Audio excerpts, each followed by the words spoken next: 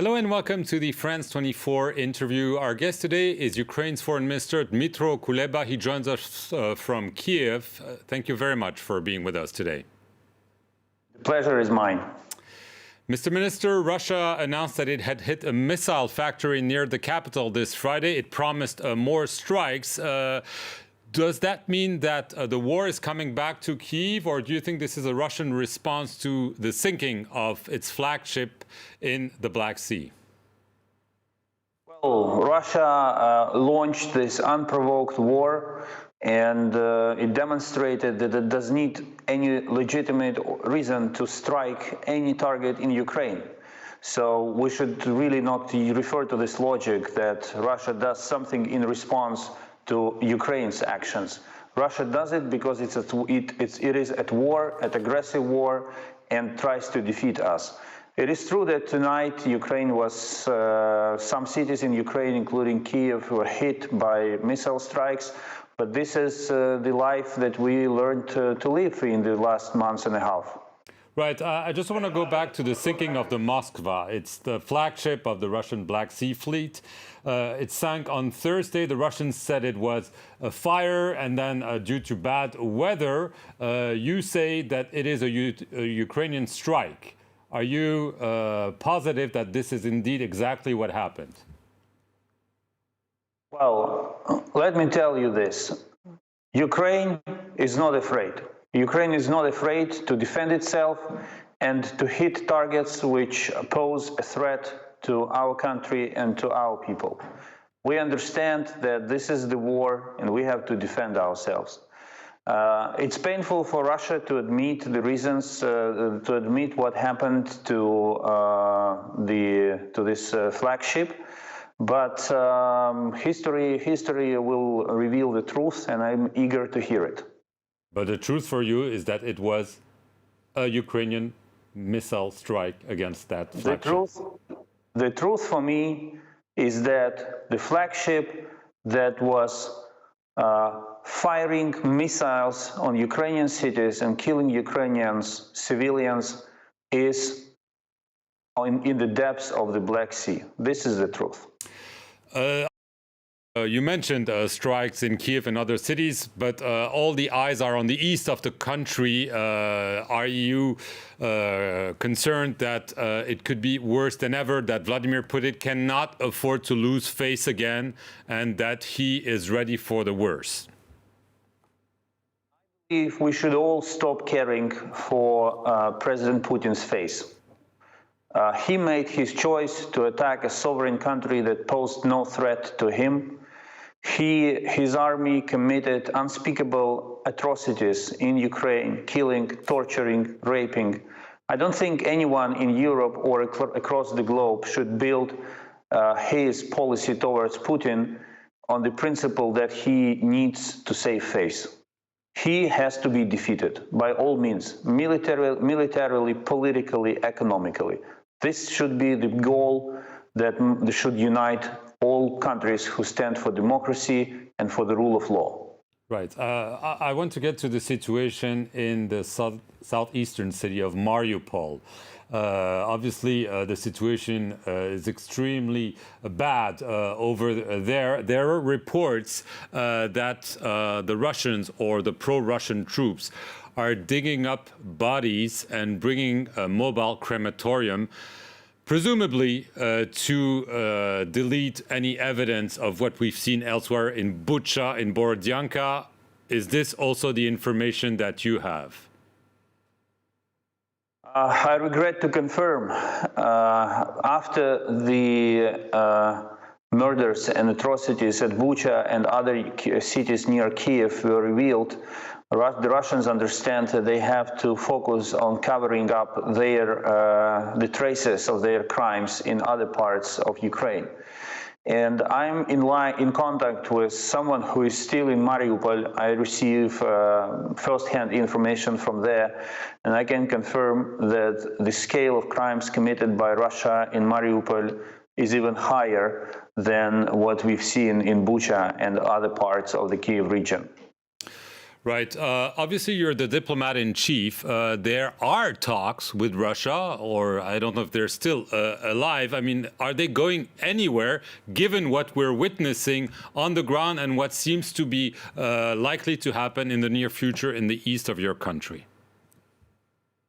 Well, I will be frank with you. Every day of fighting, every new house destroyed by Russia, every new civilian victim complicates talks, makes it more and more difficult to negotiate. And in the last days, our experts, Ukrainian and Russian experts, they held VTC conferences discussing various elements of the potential agreement between two countries, but they made no progress. We all understand that it's President Putin who has to make decisions. And we see how Russia is unfolding the battle in Donbass, and we see that he is now focused on military, not diplomatic solutions. So if they don't make progress and they're just going through the motions, are you ready at one point to say, let's stop talking and keep fighting? I don't think this is the way diplomacy should be administered. In the end, all wars end with an agreement. So we have to keep talking, but we all understand that the future of this war is decided on the battleground, not at the table of negotiations. Speaking of the battleground, the United States has announced an additional $800 million worth of military aid to Ukraine, including helicopter, howitzers, 40,000 artillery shells. And there's also talk of the Ukraine obtaining the very sophisticated UN drones, such as the Reaper. Are you seeing really more and more sophisticated weapons arrive in Ukraine because you've been demanding it again and again and again? Yes, we are seeing the increased flow of weapons into Ukraine, and that's the only way that our partners should behave. Because the war goes on, we heroically defend our country, we sacrifice our lives, and the best partners can do is to provide us with all necessary weapons. In fact, this is the fair deal that Ukraine proposes to the world.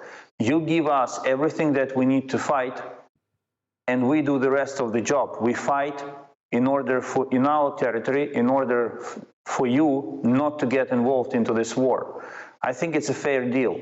And I encourage all countries, including France, to follow the case of the United States and to step up their defense supplies to Ukraine. And those drones that I mentioned, are they going to be delivered to Ukraine? I have to double check it with our defense ministry. I saw the latest package of support. And for me, the most important element was the artillery, the NATO standard artillery units, which are in high need in the east of Ukraine. I was not focused on other items, but we see that the United States are sending more and are sending more advanced weapons. This is important. And there is no alternative but for other NATO members to do the same and start providing Ukraine with NATO standard weapons. Right. Speaking of another NATO member, what about Germany? Well, Germany went through a revolution in the very first days of the war when they made a U-turn on their weapon supply policy. I will recall that before 24th of February, Germany had insisted that they would never send weapons to Ukraine, that was part of their policy. After the beginning of the war, they sent us some weapons, and this step is appreciated, but they can do much more, and we expect the German government to adopt a decision that will allow the supply of heavy weapons to Ukraine. We are defending not only Ukraine here, we are defending eastern flank of NATO, we are defending Europe, and Germany must understand that the best it can do is to support Ukraine by all means. Right. What about France? You had a conversation with the French foreign minister yesterday. France announced that it would move back its embassy to Kyiv in the near future. Are you satisfied with that gesture and also France's aid to Ukraine? Well, yes, I have a regular contact with my counterpart, Jean-Yves Le Drian. President Zelensky regularly speaks with President Macron. So the quality of our dialogue with France is appreciated and welcome. I'm looking forward to seeing the French ambassador return to Kyiv. I understand that the embassy will resume its work as of Monday. This is much welcome, and we encourage all other countries to come back to Kyiv and start working here. And we are working with France on weapons supplies, and this is one of the issues that we're discussing with them. We want to see more decisions from France in that regard.